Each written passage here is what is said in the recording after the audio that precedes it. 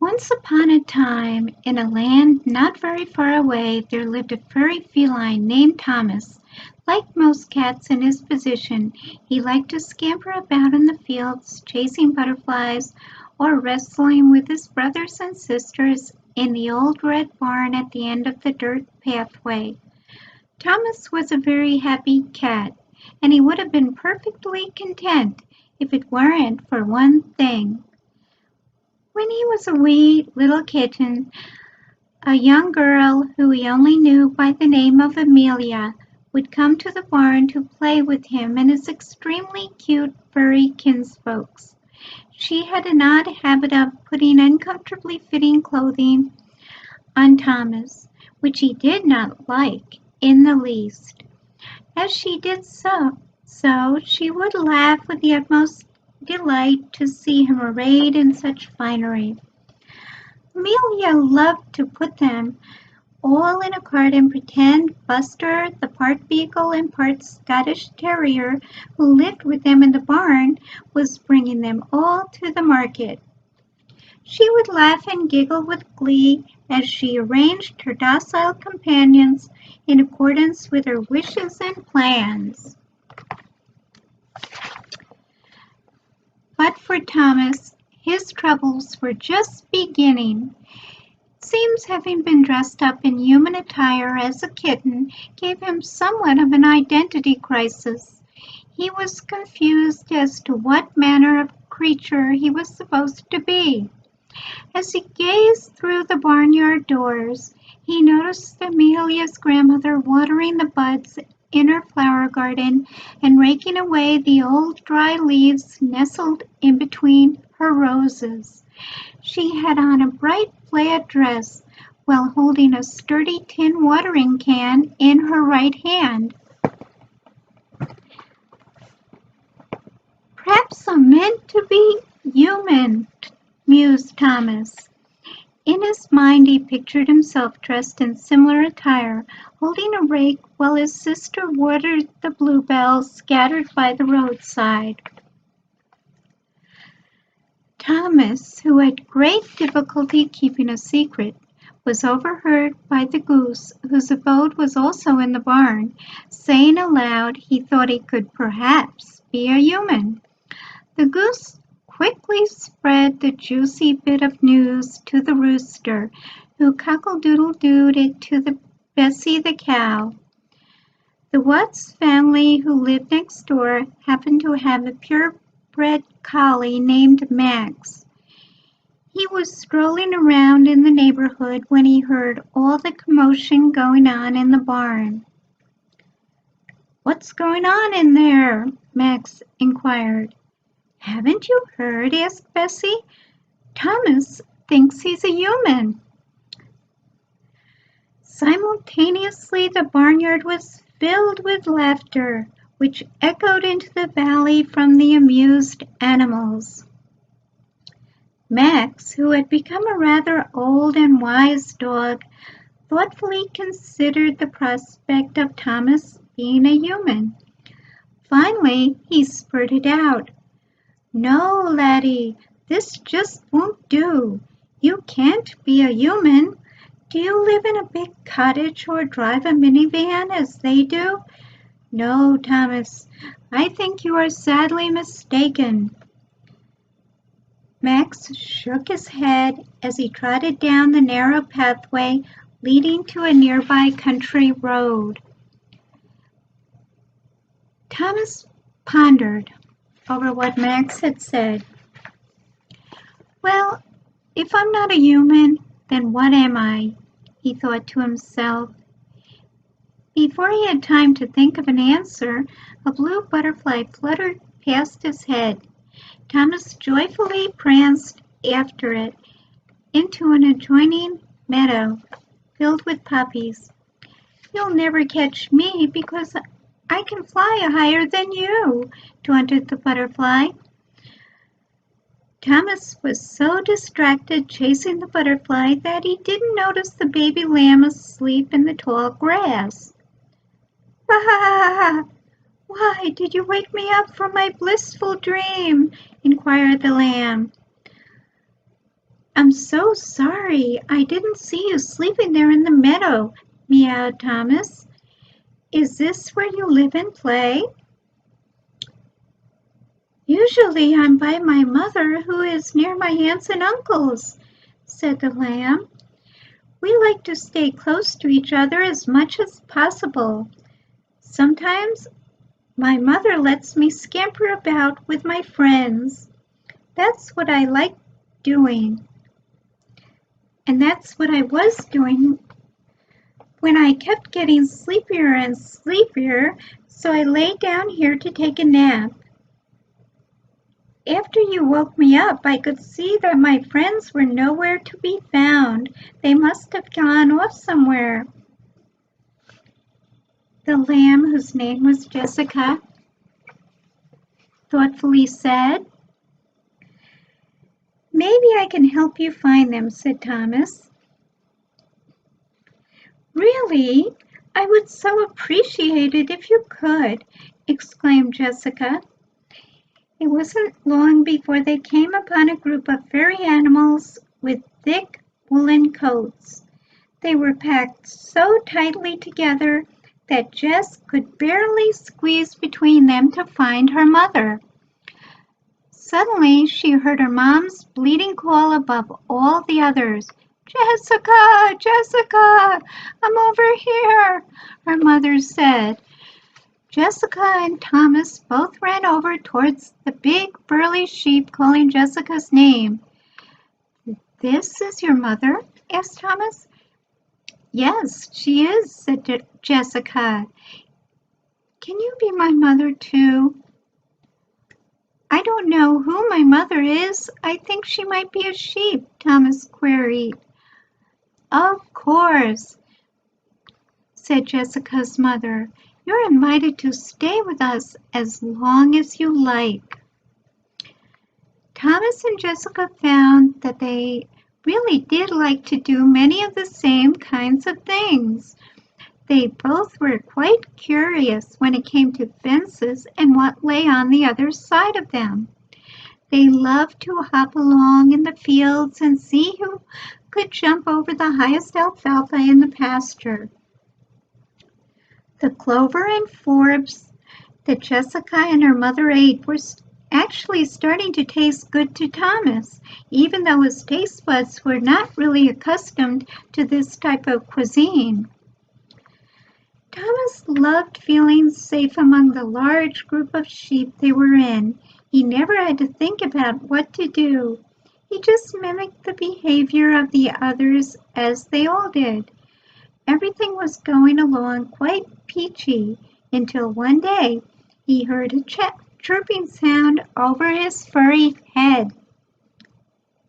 I've been watching you, said the bird to Thomas.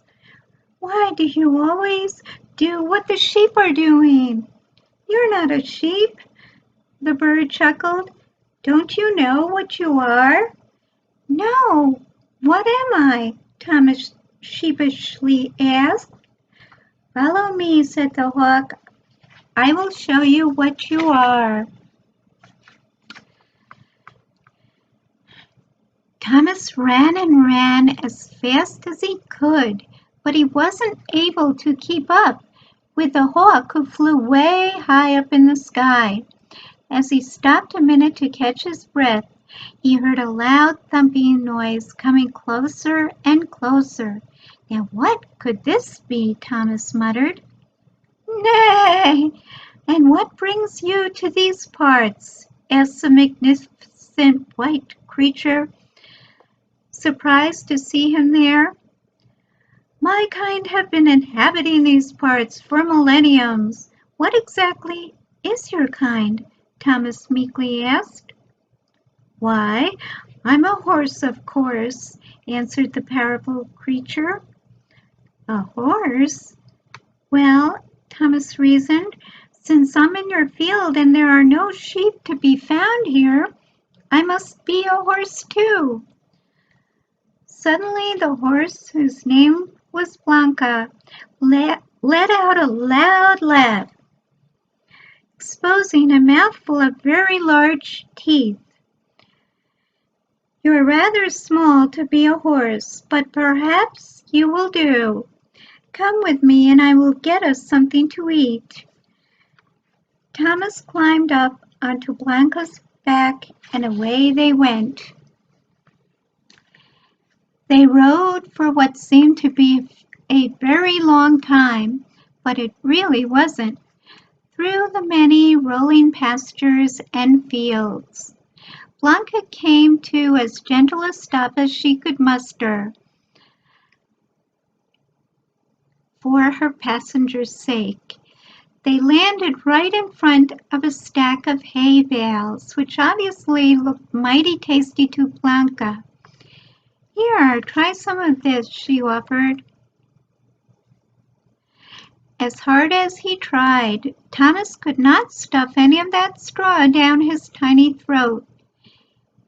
"Is this the only thing you have to eat?" he inquired. "Perhaps you're not a horse after all.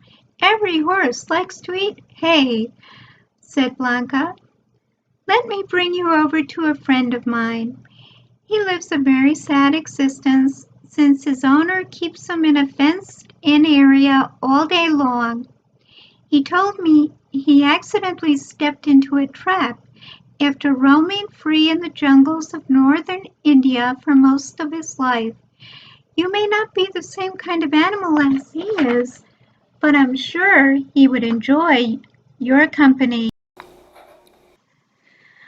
Thomas's curiosity was now sufficiently aroused. What kind of animal can be trapped in a place so very far away? It wasn't long before he had the answer. Blanca gave him a ride around the corner to a large fenced-in area with high walls. As he peered over it, not knowing what to expect, there it was. The 10-foot-long, 500-pound cat looked vaguely familiar. It was a white Bengal tiger, brought over from Asia to be transported to the confines of a zoo. Temporarily, it was being kept at the local game preserve where they were. But there was something recognizable about this beautiful and powerful creature. "Are there any more of you around here?" Thomas innocently asked the tiger. "Only my cousin, who you might know as the King of the Jungle. We don't usually live near each other in the wild, since I'm from Asia and my cousin is from the continent of Africa. But in this preserve, he's the closest thing I have to family." "You look kind of puny to be hanging around here. Don't you have somewhere else you're supposed to be?" questioned the tiger. "That's the trouble," Thomas complained. "I don't know where I'm supposed to be." "There, there," the tiger said, trying to be comforting. "You can come and stay with us for a while. I'm sure there's enough room for a little guy like you." It didn't take long for Thomas to make himself right at home with the other cats. Granted, they were much bigger than he was, but at least they liked the same kind of food. Every day, delicious red meat was brought to them to consume. It smelled so delicious, exactly what Thomas would have loved to sink his teeth into. That is, if he had a chance to sink his teeth into it. He was so small, and the lion and tigers so large in comparison to him. They usually finished up the food before Thomas had a chance to get one bite of it. If I'm equal to a lion or tiger, or maybe even the same type of animal, why can't I push my way to the bowl and have my share before it's all gone?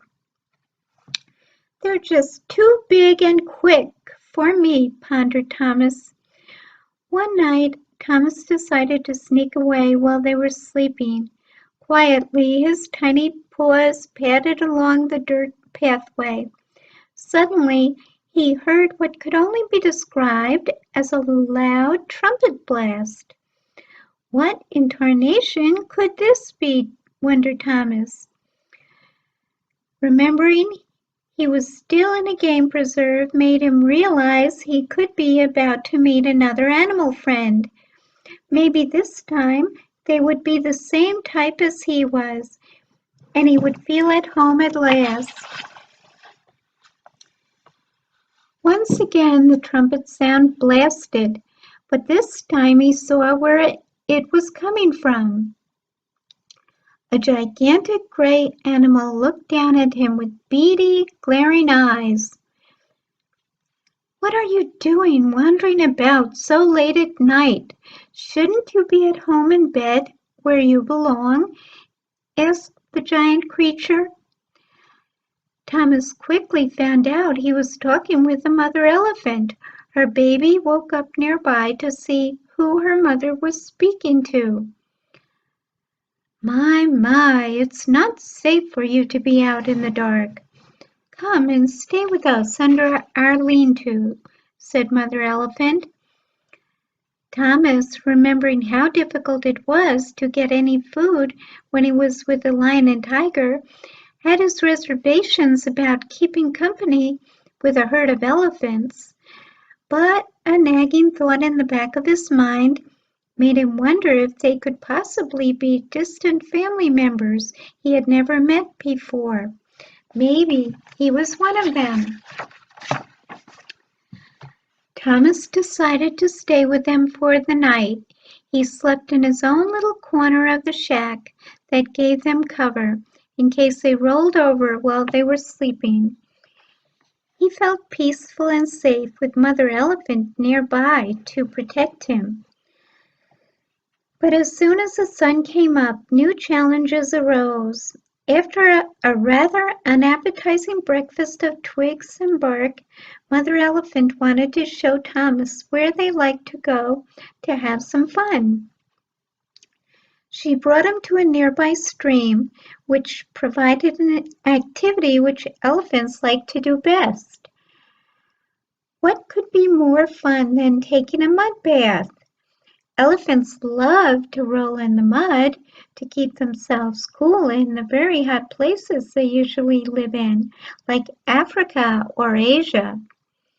When Thomas saw that Mother Elephant was having a fun time, he dipped one of his paws into the water and said, "Oh no, you're not going to catch me going into that water, for you see, one thing cats like the least is getting all wet." It was at that moment that Thomas was becoming so discouraged he was about to lose all hope of ever finding out who he really was. He thought about his friends, Max, Jessica, Blanca, the white tiger, and Mother Elephant, whom he had met in his quest to find his true identity. Although he liked all of them and appreciated their help, none of them had been able to tell him who he really was. Suddenly, he heard a hooting from a tree in the nearby forest. Apparently, a wise old owl had been watching his escapades the whole time and listening to his conversations with the other animals. "You want to know who you are?" asked the owl. "Yes, more than anything," answered Thomas. "I know what I'm not, but I haven't found out what I am yet." "You are what you were meant to be and what you were born to be." "I am what I was born to be? But what's that?" Thomas excitedly asked. The owl thoughtfully turned his head from side to side. "Ahem!" he said as he cleared his throat, making Thomas think he had something important to say. In Genesis chapter 1, verses 24 and 25, it says, "Let the earth be filled with animals, each producing more of its own kind. Let there be tame animals and small crawling animals and wild animals. Let each produce more of its kind. And it happened. So God made the wild animals, the tame animals, and the small crawling animals to produce more of their own kind. And God saw that this was good. Wow, thanks for telling me that, exclaimed Thomas. But if God made each animal after a certain kind, then what kind was I made after? Thomas was hoping the owl would be able to clear up his confusion once and for all. If you were born a boy, you were meant to grow up as a boy. If you were born a girl, you were meant to grow up as a girl, the owl stated emphatically. Well, I know I was born a boy, even though Amelia dressed me up in dresses when I was a kitten. But I guess I'm still a boy because that was what I was meant to be. That's right. It doesn't matter if you feel like a boy on the inside or if you feel like a girl. What matters is who God made you to be. Boys are made to be boys and girls are made to be girls. You can tell this simply by looking at the body parts that were given to you. That's how you know whether you're a boy or a girl. Boys have boy body parts and girls have girl body parts. Easy, right? Explained the owl. That does make sense, said Thomas. But I still don't know what type of animal I'm meant to be. Do you remember when you were a little tyke who you loved to cuddle up with when you had your nap time? Asked Owl. Why, yes, it was a little kitten who was my best friend. We loved to play games and chase butterflies together. She was so much fun to be with, exclaimed Thomas. That's because you're both very much alike, the owl responded. In fact, I would hazard a guess that you could very likely be the same type of animal. Thomas stood quietly trying to absorb everything he had just heard. Do you mean I'm a cat? The moment of illumination had finally come. Thomas realized what his true identity was, and he knew what he had to do. At first he thought he should return to the barn, but then he remembered Amelia might still be there. She was the person who had started this whole identity crisis to begin with. If she hadn't dressed him up to look like a human, he wouldn't have wondered what he was. When he told Al about her, the owl said, "To err is human, to forgive is divine. You need to forgive Amelia for the mistakes she made with you." That sounds like a good idea, said Thomas. Thomas went on to live a happy life as the cat that he was meant to be. Eventually, a nice family adopted him in the neighborhood and treated him just like royalty. He would never again wonder about who he was. He knew God had made him a cat, and a cat he would be. Boys and girls, if you would like to know the one who made you to be who you were born to be, and find out what God wants you to do, you can invite him to come into your life right now by saying this prayer. Dear Jesus, thank you for making me who you made me to be. Help me to find out why I'm here on earth and what you want me to do. Please forgive anything I did or will do that is wrong, as Thomas forgave Amelia. Come into my heart and be my best friend forever. In Jesus' name, amen.